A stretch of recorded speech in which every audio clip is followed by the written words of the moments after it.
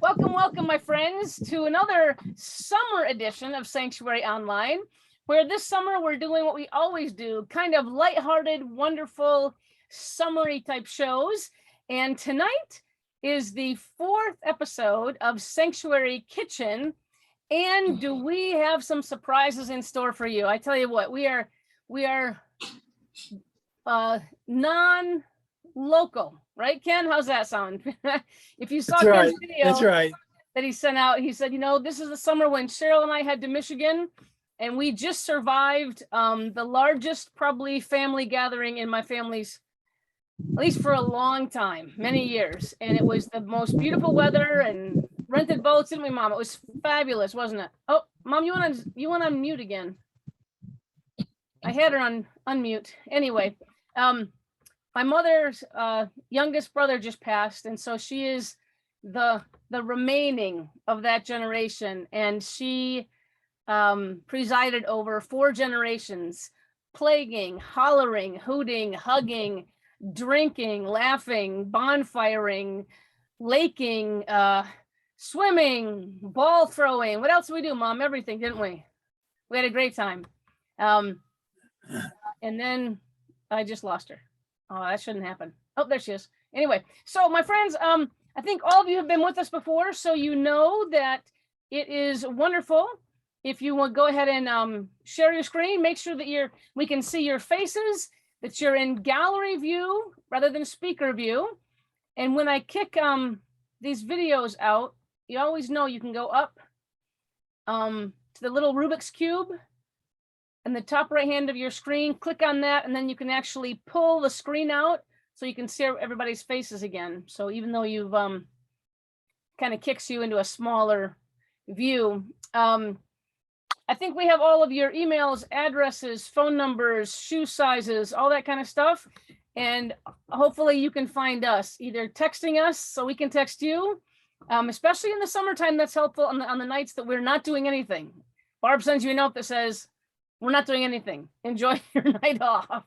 Our Facebook page and our website. So I think tonight I want to share, Cheryl, you guys had an amazing conversation just a bit ago, but next week, June 26th, is the humans, right? Bud, that was your suggestion, I think, right?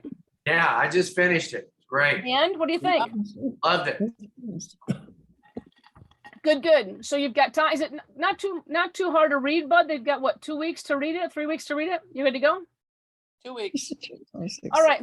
Enjoy. And if you haven't read it, you know our motto. Come anyway. It doesn't sound very relatable. You have to work hard at that, Kevin. Oh, so let me see here. I want to just, how many of you knew before you got my note that today was National Simplicity Day? Anybody? Nope. My life's too complicated.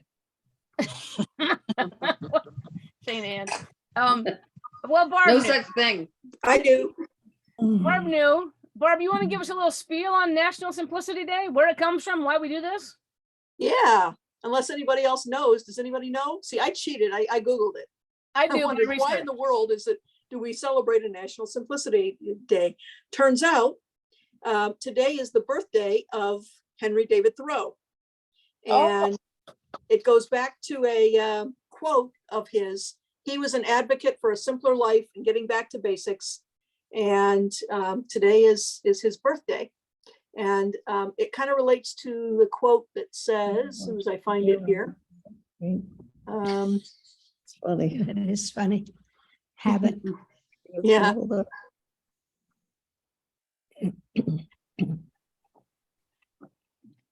Well, one of the quotes is, as you simplify your life, the laws of the universe will be simpler. I don't know about all that, but I'm okay with that. yeah. He wasn't a colleague of Einstein, was he? No, he wasn't. Yeah, there's usually themes each year for National Simplicity Day.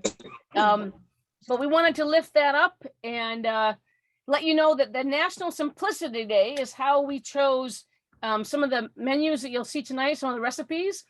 And later on, again, for those of you that either watched the video or read our advertising, there's a little twist at the end of the day, and I'm just going to leave it there. So I'm going to tell you the story of where this meal comes from.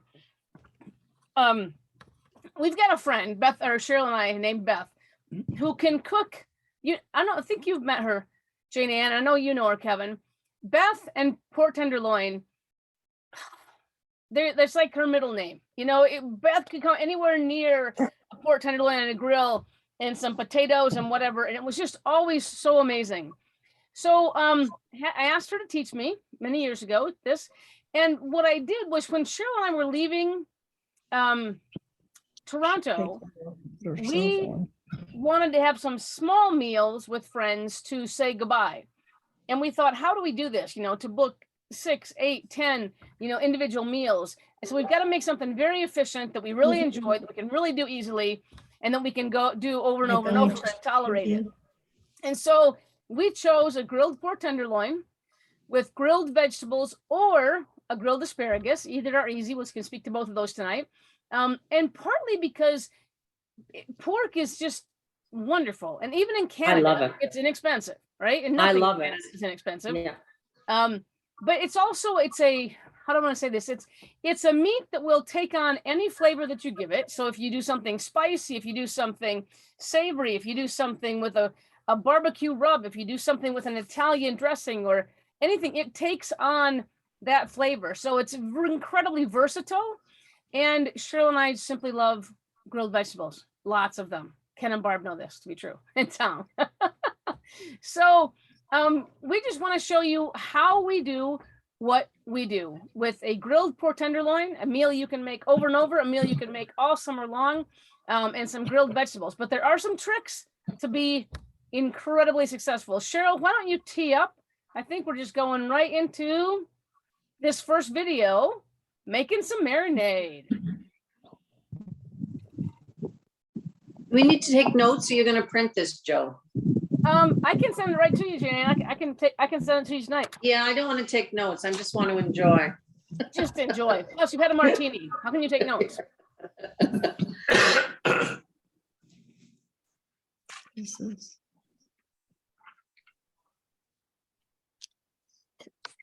Look at Cheryl. You're amazing, honey.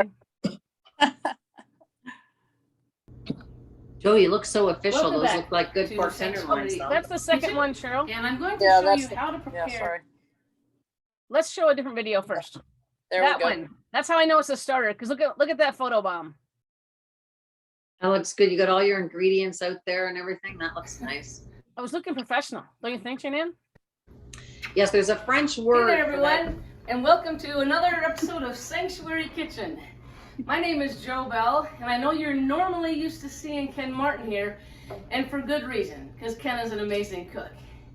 And we want to start to expand our repertoire and share with you that there's more than one cook at Sanctuary in the Woods. Now, today is July 12th, and many of you may not know that today's actually National Simplicity Day, and it's also National Eat Your Jello Day. Now, those might not mean a lot to you, but they're absolutely going to come into effect as you see us prepare this amazingly simple, delicious meal with a surprise ingredient near the end. Now, I'm going to cook tonight. We're going to do a grilled pork tenderloin. It's become one of Cheryl's and my go-to meals when we're having guests over or even large family, because it's a lot of meat and it's inexpensive and it's really easy to prepare. Now, what I will tell you is that many folks like to marinate their pork, and pork is a great meat to marinate because it totally takes on the flavors of whatever you've put on the outside of the skin. So I'm going to prepare two different ways to prepare your pork. One is going to be with one of our favorite marinades, and one is going to be with a simple pork rub, hence National Simplicity Day. So first off, I do want to tell you, if you Google pork tenderloin marinade, there are thousands, if not tens of thousands of ideas on the web. My suggestion to you is find one that you like. Pork is inexpensive, grilling outside in the summer is fun, you get two at a time, experiment. What I'm going to show you is one of the favorite ones for Cheryl and I to share with our friends. And it has a honey. And again, wherever you are, we're up in Michigan now, use a local honey. A local honey always has from the bees and the plants in your area, much better nutrition for you living in that area as far as pollens and naturals. So we've got a natural, this is a honey that is liquid, so it flows better. A nice stone ground mustard, and then some balsamic vinegar, extra virgin olive oil, and of course, garlic and salt and pepper to flavor. So what I'm gonna do first is grab about 2 tablespoons of that liquid honey, gorgeous. About the same 2 tablespoons of the mustard, the grainy mustard, and only about 1 tablespoon or a teaspoon, a clove of garlic. Now, do I cheat and add more? Every time. Whisk this away and get it mixed up a little bit nicely, these more significant portions, and get that honey in good with that mustard.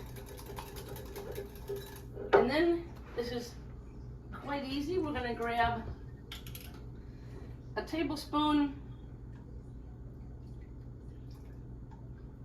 or 2 of balsamic vinegar and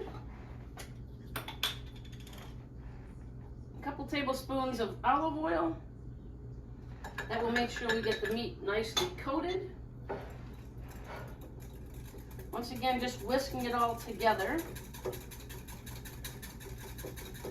And this is how simple pork is to fix. Honest to goodness, these flavors are going to be amazing. And what we do until we prepare the meat is just go ahead and take the marinade, put it nicely. I like to get all of it there personally, into a Ziploc bag where it will sit until I prepare the meat.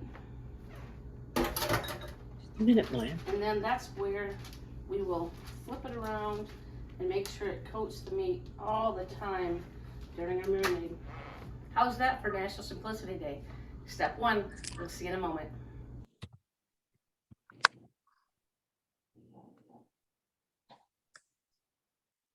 What happened?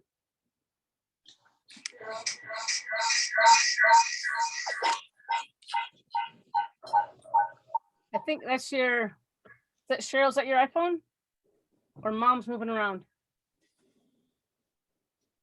Okay, my friends, any questions there on the beginning, on the marinade, or anybody have any experience with marinades? No questions, but you can also do what you're doing in the crock pot in the wintertime if you don't want to grill in the winter, and it works out really well too. And you just have to make sure it's a little still solid so that you can slice it nicely. Oh, so winter versions. Thank you, Jane Is- Ann. Yeah, apples and onions chopped on the bottom, and then the marinade you did with it marinated, and then you just put it in the crock pot, and it's over mashed potatoes. It's to live for.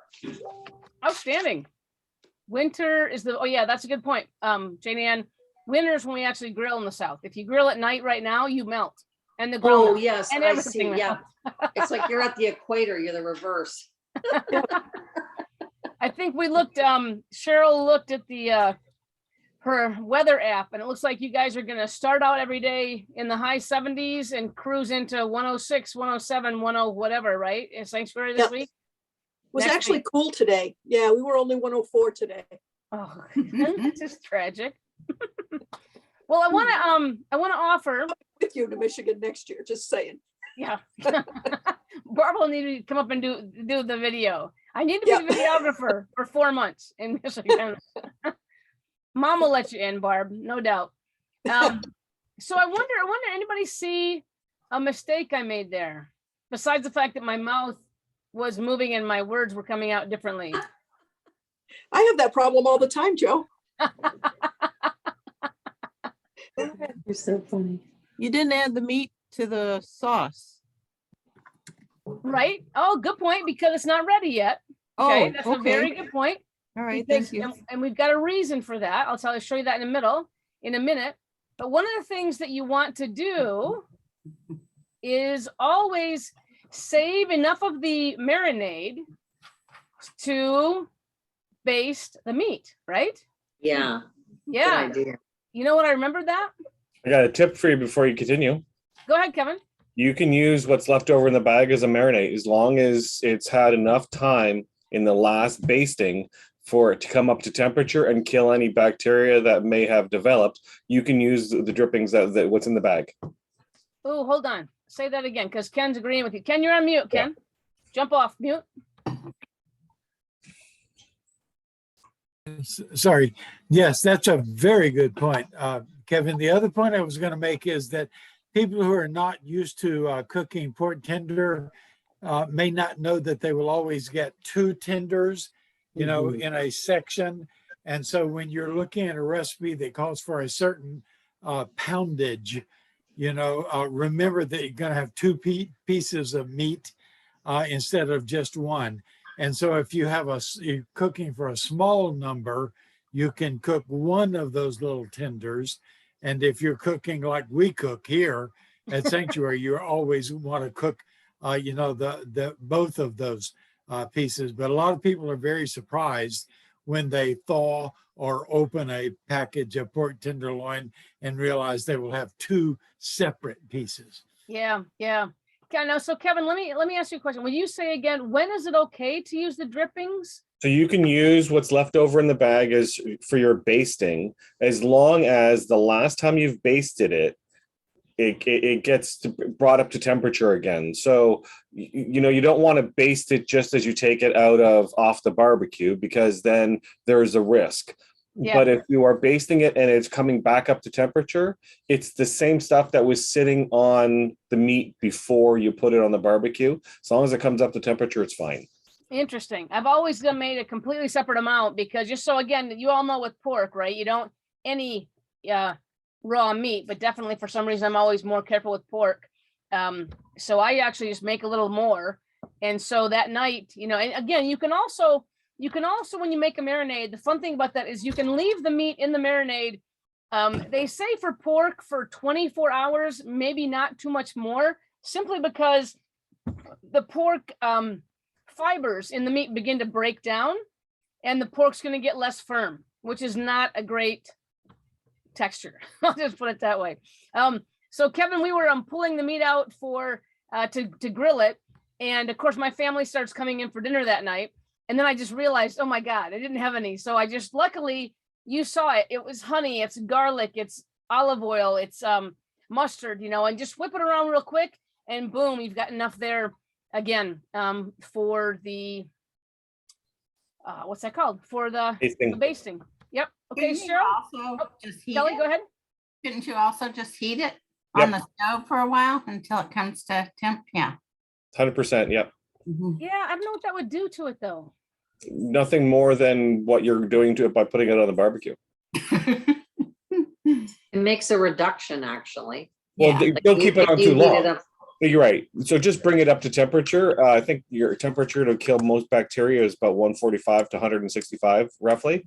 So you bring it up to around that temperature, which is just past the boil basically, and then take it off. Yeah. All right, I might try that next time. We'll see. I don't know. Cheryl, what's next? Take it away. And hopefully this time, man, when we rehearsed this, the audio and the video were lined up nicely. I'm not quite sure what happened there. Let's see.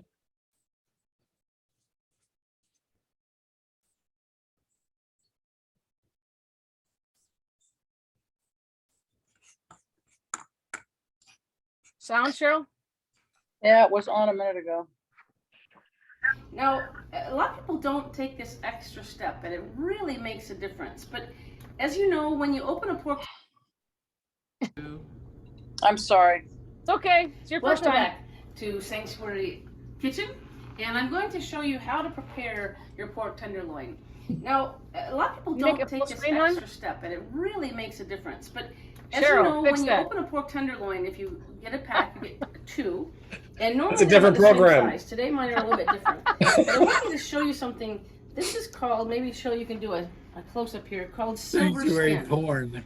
This is connective tissue that we all have in our bodies, and of course all animals do, where it connects bone to bone and muscles and tendons. It's not the nice collagen part that melts into flavor when you cook the meat. It's actually a tough silvery skin, and it is not, it cooks up, it stops our marinades or rubs flavor from getting into the meat, and it actually, it cooks up and it shrinks, and it actually can shrink your meat. So really we want to take this and we want to get off the silver skin. Many ways to do it. You take a nice, like a boning knife, maybe a 5-inch blade, and all you're going to try and do is find this silvery area. You can see a pretty good thickness of it.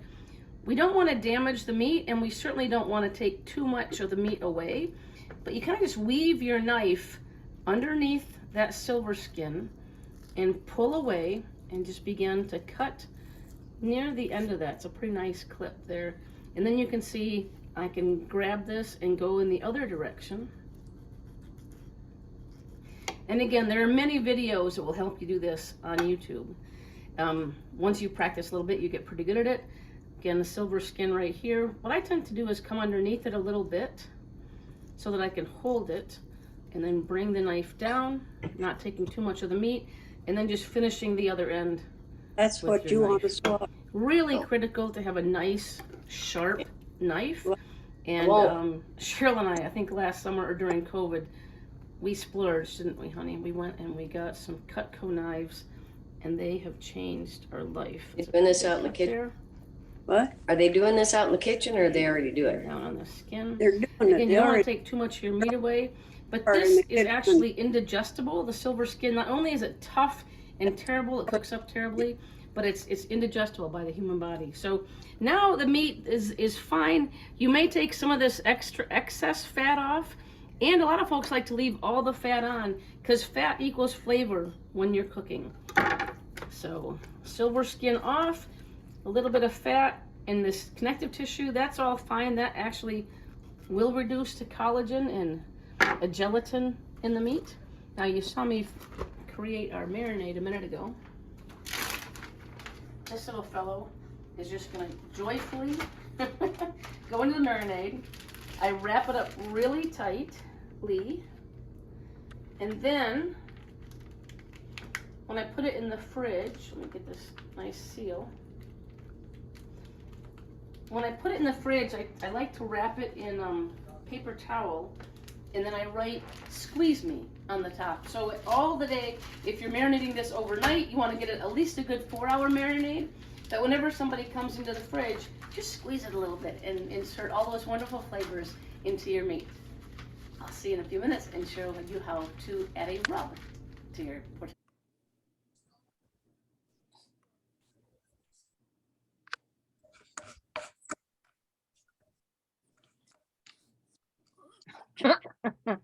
So that's what I do.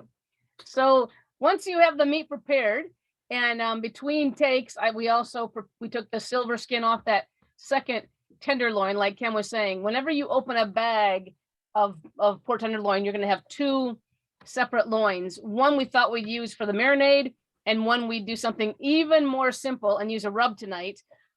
But either way, once they're done, I always do this. I tape them up in a nice bit of paper towel. That way, in case for any reason your Ziploc bag doesn't stay nice and tight, it's one functional arena. But how do you open your fridge all day long and not look at this and go, I should squeeze that, right? And so it's wonderful to squeeze it and infuse all those flavors more and more deeply into the meat. Any other questions? How many of you do that? How many of you take the silver skin off your meat, or anybody who never have done that? Janice, Bud, like you're like, of course you do, or you never have? Bud, you're on mute, Bud.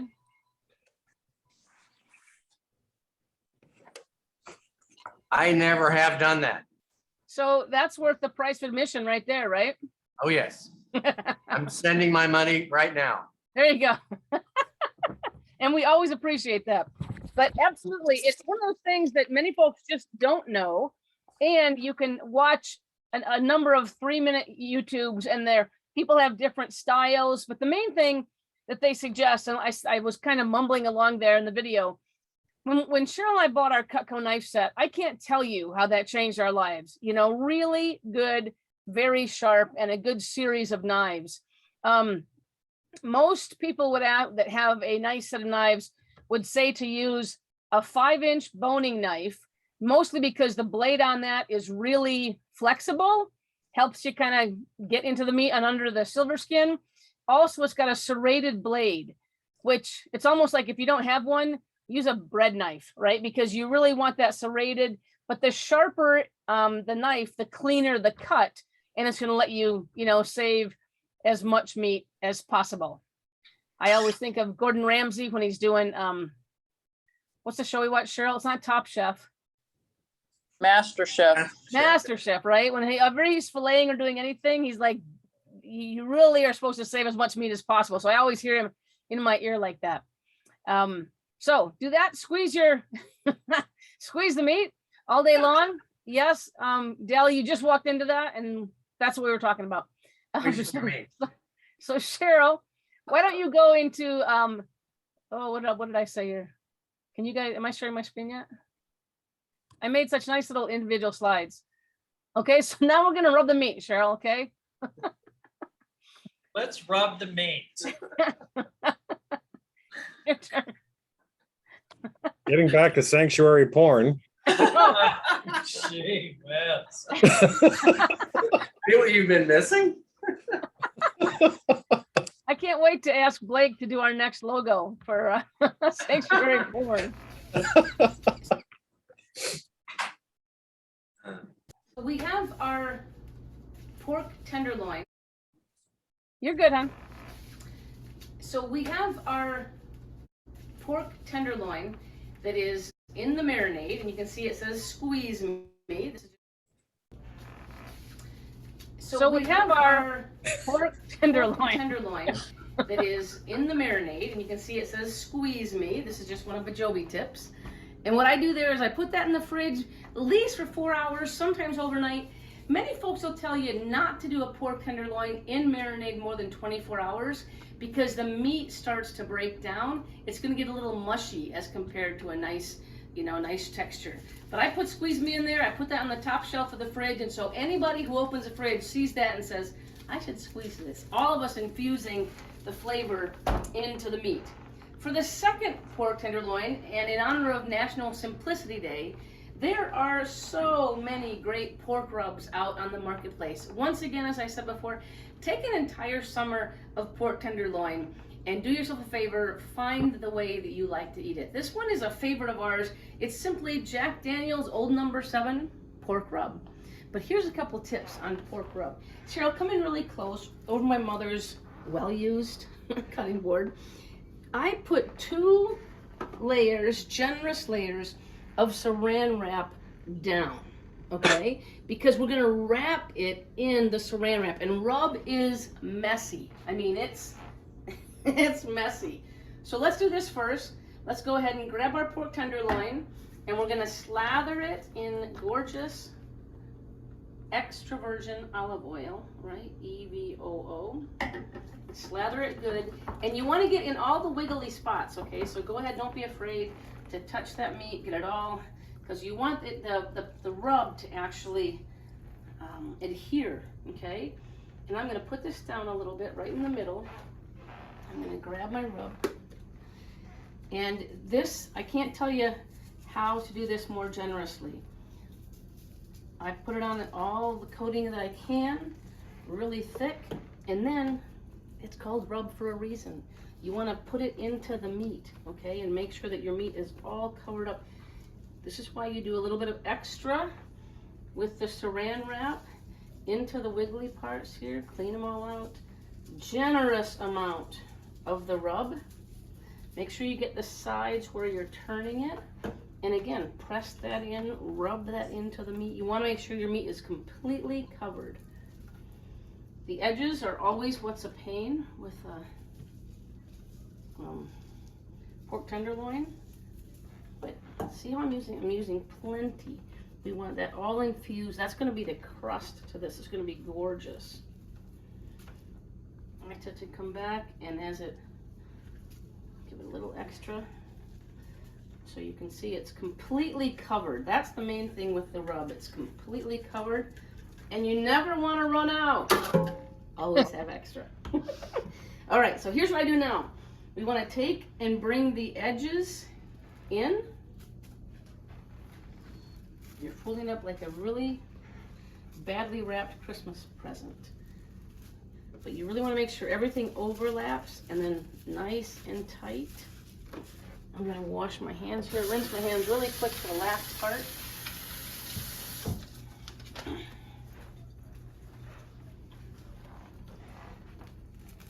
Keep on folding in, making sure all the rub is contained in the wrapper.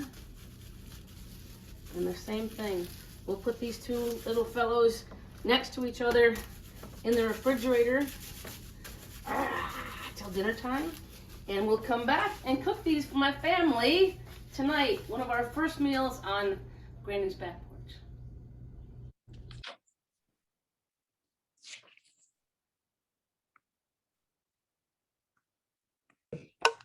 You're doing great, Cheryl. What none of these folks know is that in all the other sanctuary kitchens, Barb and her iPad are our camera person. And so we have totally figured out how to do this from Barb's iPad. But not only do we not shoot it from the iPad, Cheryl and I have had to come up to Michigan and our whole family get new phones. We don't even know how to answer them yet, you know, or we don't have voicemail set up. We're a mess. I'm like, Cheryl, you've got to do this. And then we had to learn the video. We were calling Kevin, we're calling Barb. I did it yesterday, right? Trying to rehearse and figure out how to do it. So Cheryl, honey, you're doing a great job. How about some unmuted applause for our technician in the background there? Thank you. Yay.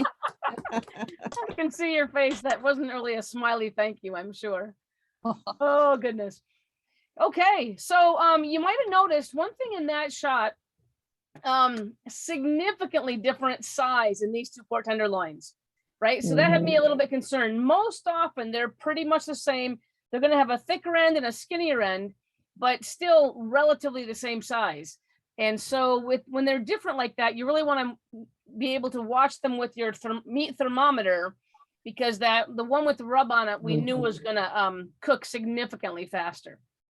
Any thoughts or questions before we cook these babies?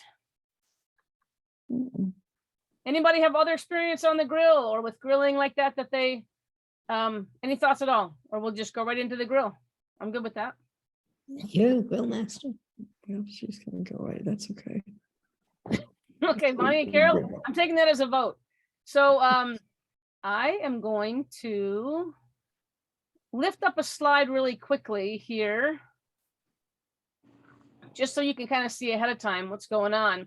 I have tried a number of ways to cook and to share. Like I think pork tenderloin is such an easy thing. If you're grilling, I mean, grilling a hamburger is different than grilling bratwurst, right? Grilling hot dogs is different from grilling a steak. And you can spend a lot of money and waste a lot of food and have a lot of really uncomfortable meals.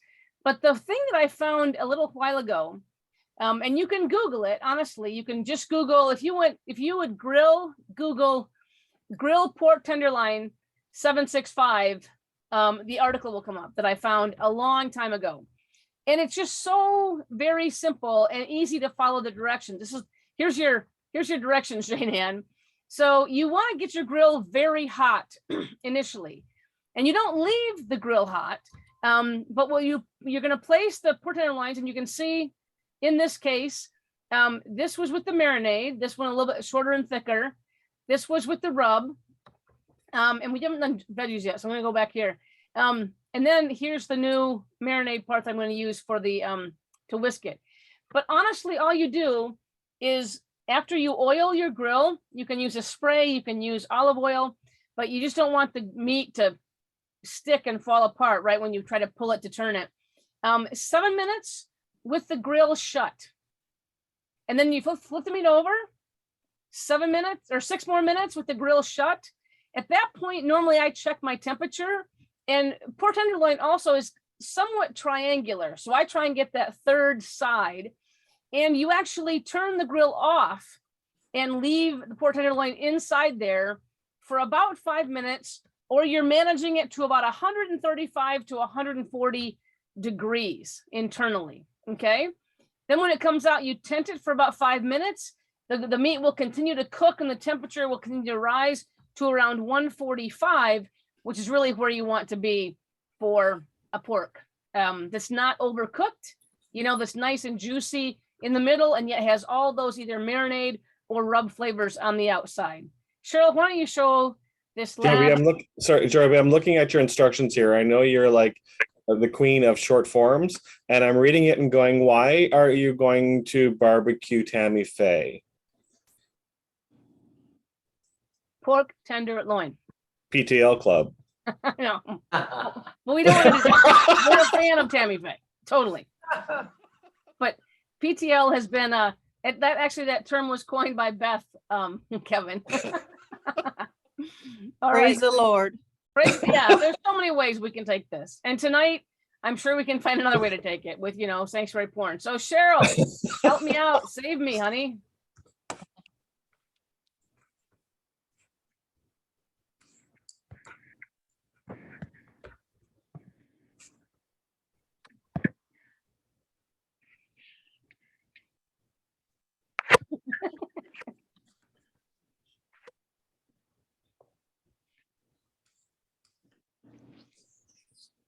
Sanctuary Kitchen in Michigan. And as many of you know, this morning we went ahead with the marinades. We built the marinade, put the pork tenderloin in the marinade, and every time I opened the fridge today it said squeeze me with a smiley face. So I squeezed it. Same thing with the rub. Now we're going to begin the grilling situation, and then and my brother is making faces at me. Thank you, Mike. We're going to begin to grill, and I'm not going to have you be on the video for 13 minutes while we grill. But one of the techniques that we've discovered that works really well is something called 7-6-5. And you really can't go wrong. I also want to remind you that when you finish, you get the pork tenderloin out, you want to make sure that you pat it dry a little bit, and then you sear it really nice and hot. My grill is at 450 degrees. And we're going to keep it nice. There we go. And we're going to bring these down a little bit because we're going to go ahead and start the timer. We want to put the first time we see these fellas around at 7 minutes. While that's happening, I'm going to share with you a couple things. You want to make sure that you have saved enough of your marinade to actually wipe it gently onto your pork tenderloin. Especially that honey is going to give a gorgeous glaze to this one. While the rub is going to be a nice finish on that, we're going to go ahead, every time I turn this, a nice coating. And if you remember, there was garlic, there was balsamic vinegar, there was honey, and olive oil, and salt and pepper to taste. Now, we always love grilled vegetables with our pork tenderloin. And so Cheryl lovingly cut these up into grillable sizes earlier today. And then we put them in like an Italian dressing. Doesn't need to be anything fancy, but a nice Italian dressing gives them some flavor. And pop those little fellas in here. Tomatoes for at the very end. And right now, I take a different set of tongs. I've got one set of tongs for the pork because the pork is still uncooked.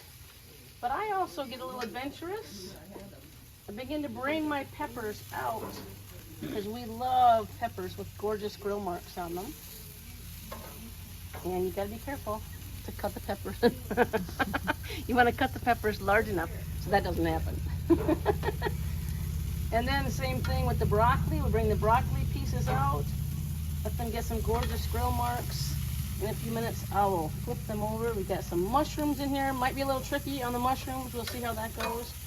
But in this group, we've got onions, we've got red pepper, bell pepper, mushrooms, and some gorgeous zucchini. And Cheryl, what else do you have in here? Looks like you have some celery. Scallions.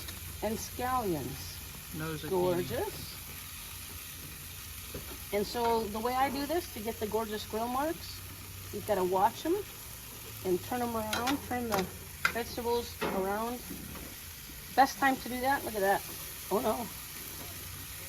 Good save, Joby. Best time to turn them around is going to be, of course, when we flip. the pork tenderloin. So maybe we'll come on in just another minute, or maybe we'll take some nice pictures as you watch these pork tenderloins cook gorgeously. Again, this is 450 degrees. So the actual recipe is 450 degrees, 7 minutes. Flip them over for 6 minutes, and then turn everything off and leave them in there for 5. One of the most important things about pork is you want to make sure that the internal temperature, always have a meat thermometer, is going to be at least a 145. And then when you're done, you remember to cut across the grain and enjoy a glass of wine with your family.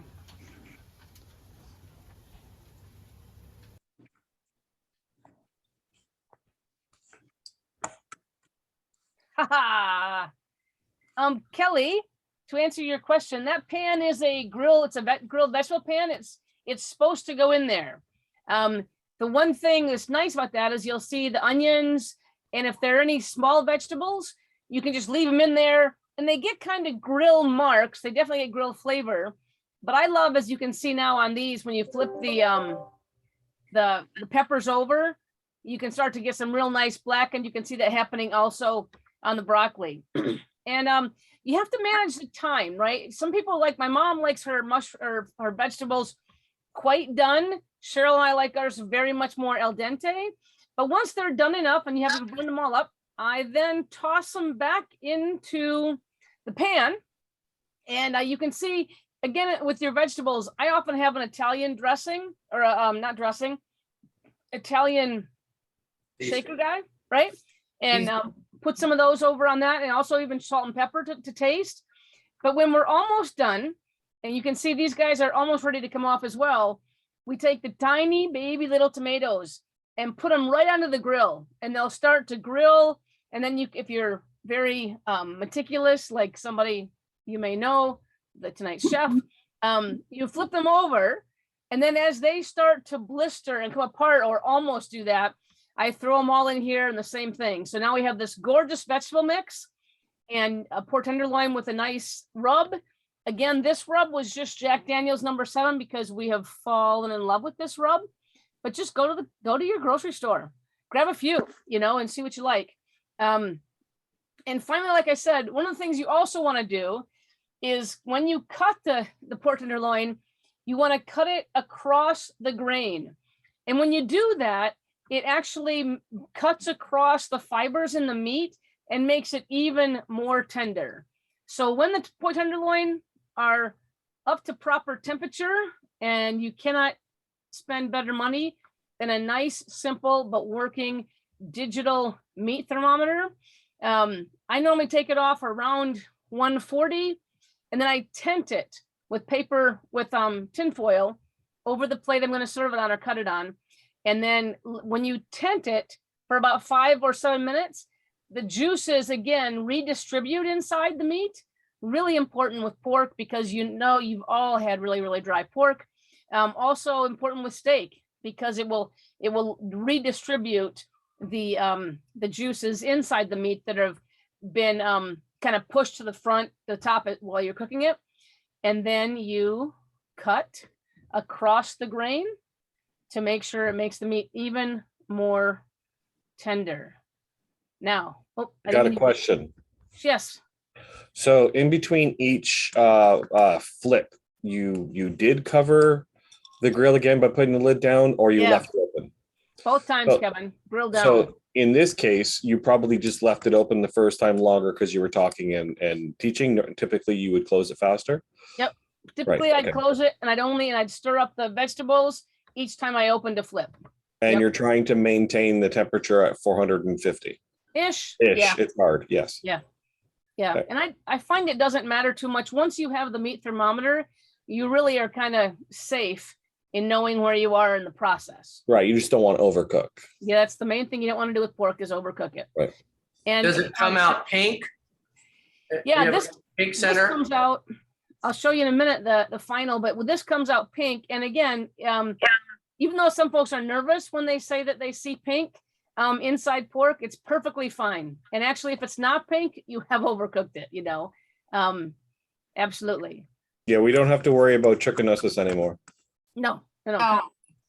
Did And that pan have holes in the bottom of it, Joe? yes, I did. Huh.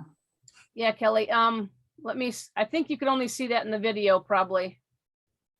Yeah, but there's holes all underneath in the Okay. pan. Yeah. Yep. And then I want to do a transition because we are co-located, right? Or bilocated or something like that. Bifurcated, Ken, for God's sake. But with the pork, again, these great grilled vegetables, another even simpler thing to do is to do asparagus because it takes, honest to God, 3 minutes on, off, see ya. But Ken says it needs something sweet. And so I want to turn this over to our Sanctuary Kitchen South. And why don't you two take it away?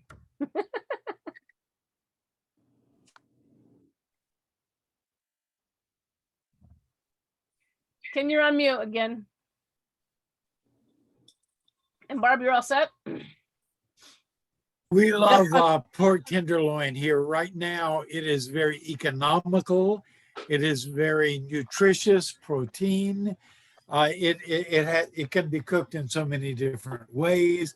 We cook pork chops, we cook pork roasts, we cook pork loins, pork tenderloins.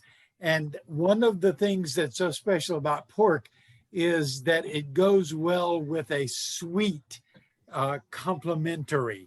Like around Christmas when we do pork crown roasts, you know, we always complement them with cranberry sauces and cranberry chains and so forth. And so to complement these summer grilled pork loins, tenderloins that Joby has been sharing with us, our favorite is a specific, very Southern recipe that we would like to introduce to you tonight. So let's share that.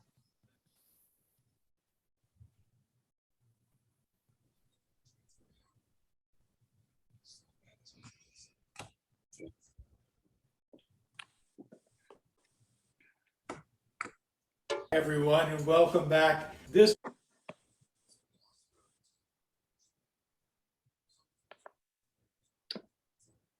Well, I guess we're out of practice with this. It's okay. Hi, everyone, and welcome back.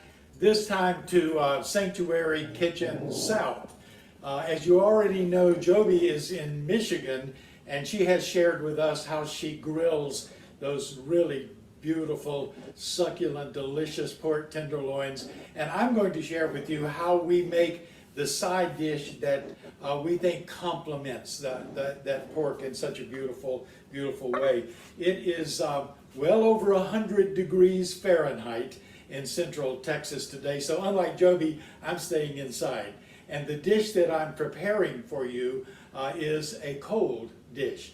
So those of us who grew up, at least in the South, frequently attending church potluck dinners or big family gatherings and reunions, remember that one dish that at least in one of its many variations was present at every one of those events, and it was some kind of congealed Jell-O salad.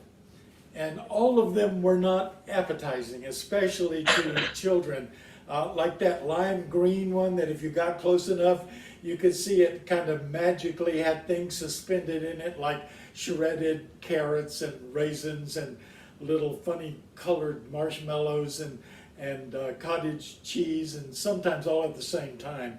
So if you were exposed to any of that, like some of us were, or you had an aunt that brought that to every family gathering, you may think that you don't really like congealed Jell-O salads. So if that's the case, I'm here to prove you wrong today. So in honor of National Jell-O Day, which it just happens to be today, I'm going to show you how we make our very favorite congealed Jell-O salad. It's called Coke salad for a reason that you will see in just a moment. And I promise you, if you will try this, it will become one of your favorite dishes to prepare year-round. So here I have all of the ingredients that are necessary to make Coke salad. I have 6 ounces of cherry Jell-O. I have 2 3-ounce boxes, or you can use 1/6 ounce, of course. And I have 10 ounces of classic Coca-Cola, and that is how the salad got its name, and is Coke salad. And then I have a 20-ounce can of crushed pineapple in pineapple juice, and I have a 15-ounce can of sweet dark cherries, and it's in a kind of a light syrup. I have an 8-ounce block of cream cheese in this bowl. It has been softened down to room temperature, and I have a cup of chopped pecans. So the very first thing we're going to do is we're going to strain. We're going to strain our fruit out into this one strainer, which you can do because they're going to remain combined for the rest of the time. And we want those juices in this saucepan because we're actually going to be heating those juices. We don't ever want them to really go to a boil, but we want them warm enough to dissolve our Jell-O. And so what we're going to do now is move our fruit over into that bowl, and then we're going to whisk our Jell-O into our warming fruit juices. And as soon as that Jell-O is dissolved, then we will just take that off of the eye.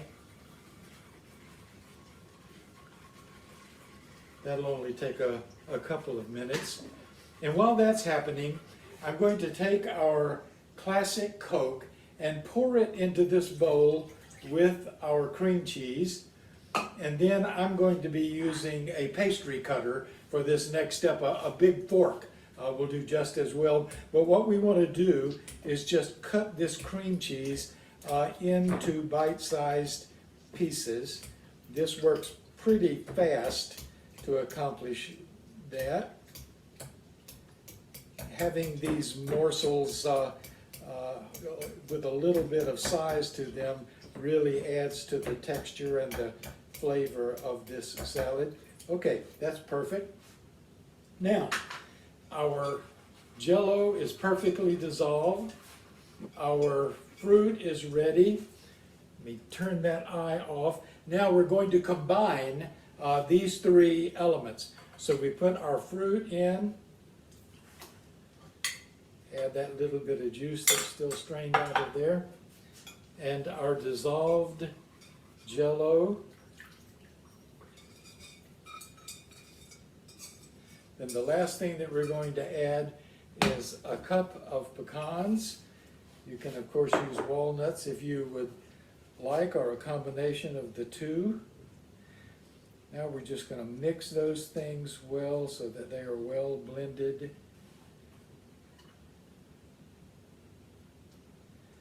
And then we're going to put that into a mold. You can actually, of course, use any mold that you would like, but traditionally this salad is put into a bundt mold.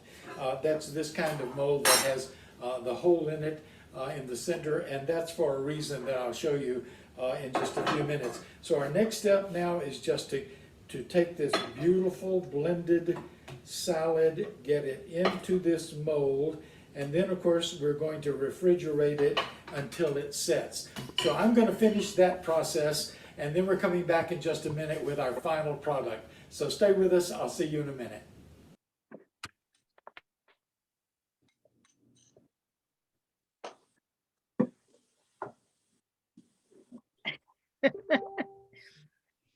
I'm wondering how many folks have eaten this amazing salad at Sanctuary in the Woods and have never seen Ken make it.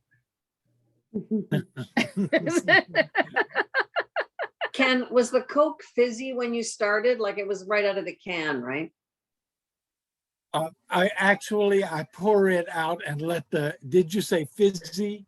Yeah. Fizzy. Like was it just Yeah, poured from I fizzy? pour it out. Yeah, I pour it out and let the fizz settle before putting it in. Yeah. Okay, great. Bud, you're on mute, buddy.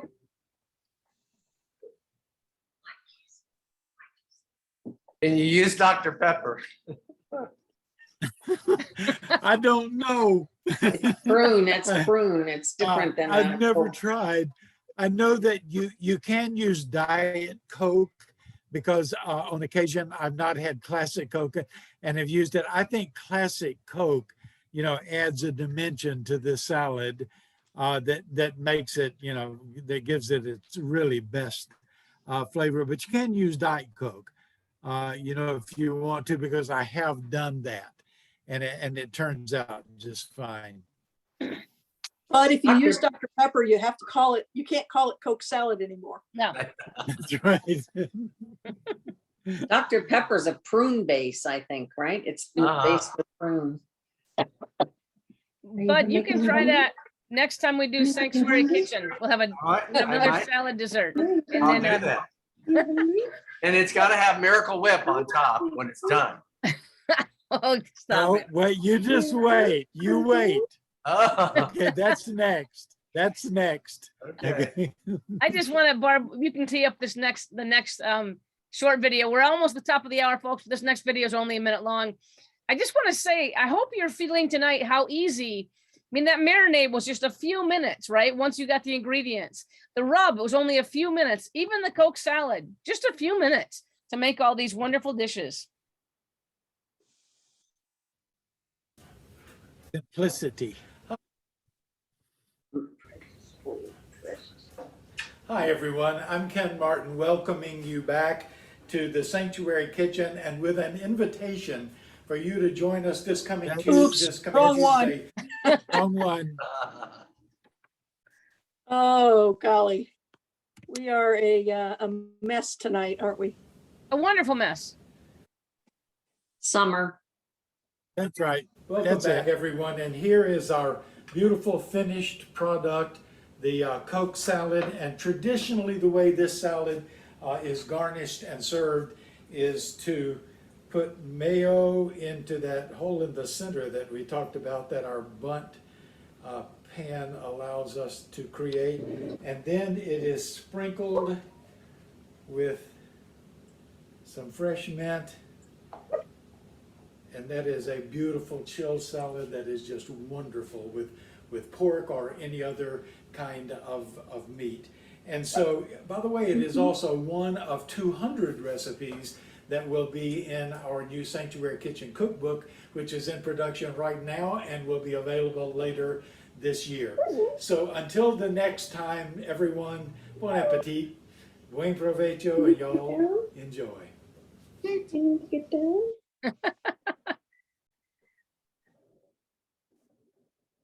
Oh my gosh, Ken, I gotta show at least this part. So this is, Ken, why don't you talk us through? I've got 3 pictures because this is the part that you didn't show in the video, but I imagine if I tried this, it could go very badly.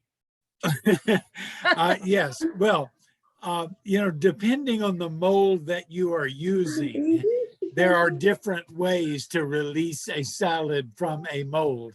What I have here is a 100% copper mold. And so you can see the pan in the sink below that has hot water in it. And so what I would do is just submerge that copper pan in it for about 1 or 2 minutes, and that would release the salad. And then I would turn the mold over into the plate, as you can see there, and then the salad falls out. But depending on the mold that you use, it will tell you how you release a congealed salad from it onto a serving plate. And so, Ken, besides never knowing about the mayonnaise, thanks, Bud, for not warning me, is down here is where the cream cheese.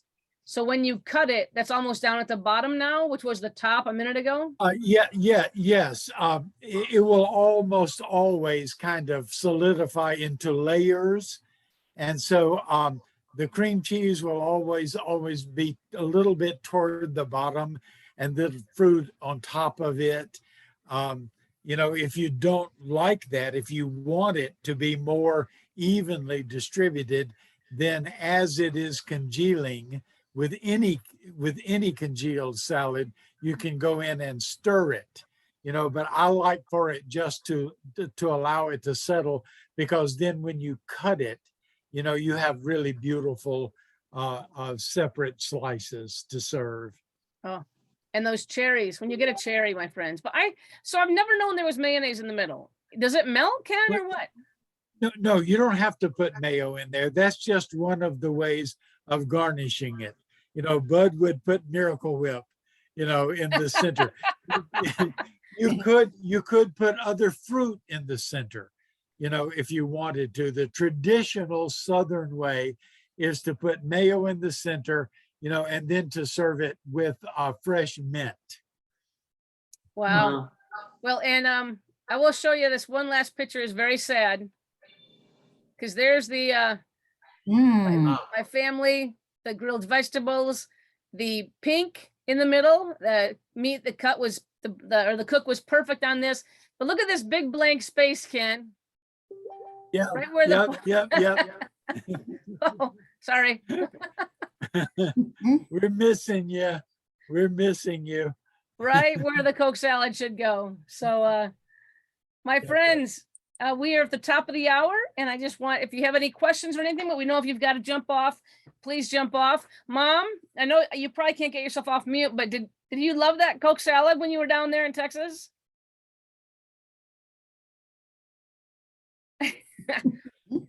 She's saying, I really loved it, Ken. It was amazing. Good. You're on mute, Mom. That's okay. Have a thumbs up. I just want to say how good it is to see Eric. Eric, we have been missing you, and it is just so good to see you. Thank you. Absolutely it is. And now we have Cheryl and Mom trying. There we go. Off mute.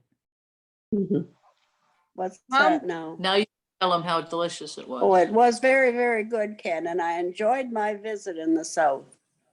Oh, thank you. Thank you, Mom. Maybe I'll make it again someday.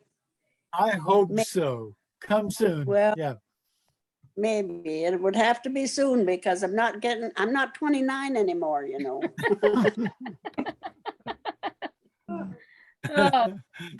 Thoughts or comments, questions, my friends? Thank you so much for all coming out tonight. We know it is summertime, and for many of us, it's still daylight outside.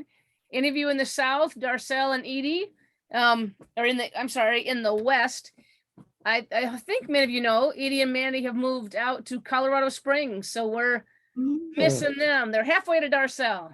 I know it sucks for us, but I'm happy for Darcel. Yeah. Any other thoughts, comments? Sanctuary Kitchen. And it was a blissful 57 degrees when we woke up this morning, and now it's a blissful 70. Jealous. 57. Bonnie or Carol, were you trying to make a comment? It's on. Oh, You're good. well, we did a piece of grilled pork recently, and we live in on Sanibel in Florida. So we have a mango tree that we had cut down a couple of years ago, down to about 73 feet high. So we have mangoes galore. So to make something different to go with it, Carol did a mango salsa, and it was thick. Oh yeah. The best. Mango salsa is my very favorite fruit, and I love mango salsa. So thank you for sharing that. I love mango. Yeah, even with the drought we had here this year, we still have a refrigerator full of them, and some other people at church also bringing them in there and sharing them. So yeah, the mangoes are abounding. They're coming to the end, but yeah, we've had mango bread and mango buckle and mango salsa. And just sliced mango.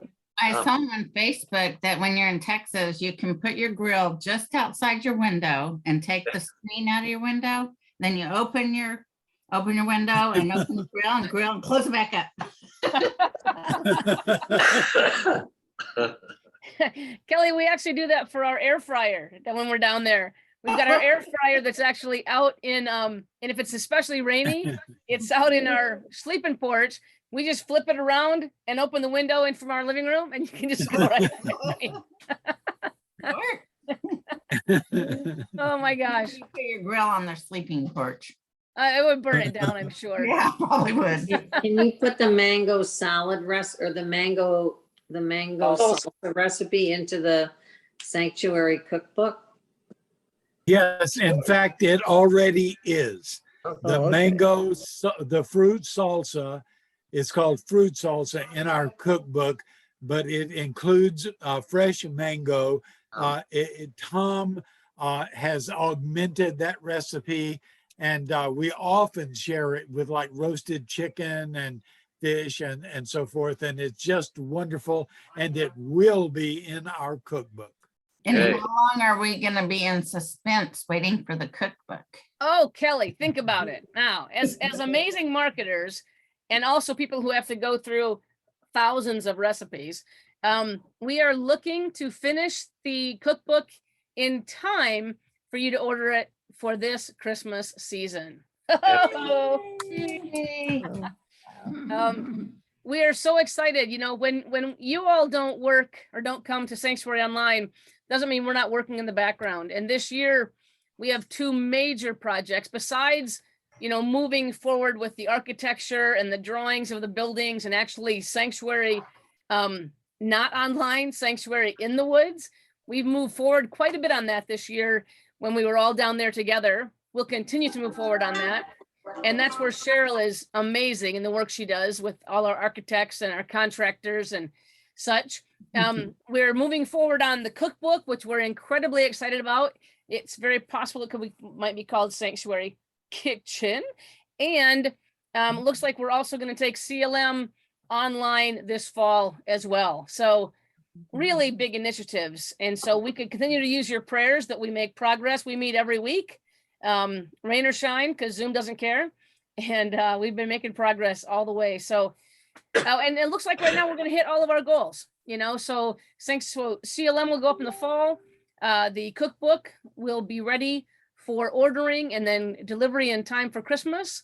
And we will keep marching forward on creating a place that someday, soon, we can all be together. Yay. Sound good? Jane Ann, show my husband your dog. Can you show my husband your dog from the front? Sorry. I'm trying to show him something. He looks like our dog. He didn't want to look. Nope, shy. Not gonna happen. Oh well. Stick figure. All right, my friends. I'm gonna let you all go tonight. And Hey, Joey. thank you so much for coming. And Joey. remind you once again to grab your book, The Humans, and begin reading that for 2 Tuesday nights from now, June 26th. We'll be good to go. July. Okay, Good let's night. do July. Good night, everybody. And then just let me put in, before you shut down, Joe, let me just put in a quick word too for August 9th. We're gonna do Egypt Travelogue Part 2. So if you enjoyed Yes. Part 1, this is the part about the river and the temples, and it's just fascinating stuff. So And if you were able to come to Egypt Part 1 and saw what Barb did with her photographs, you will not want to miss. Barb, August 8th, August 9th. What is that? August 9th. August the 9th. second Tuesday of August. Mark your calendars. Love y'all. Be safe out there. Love ya. Wash your hands.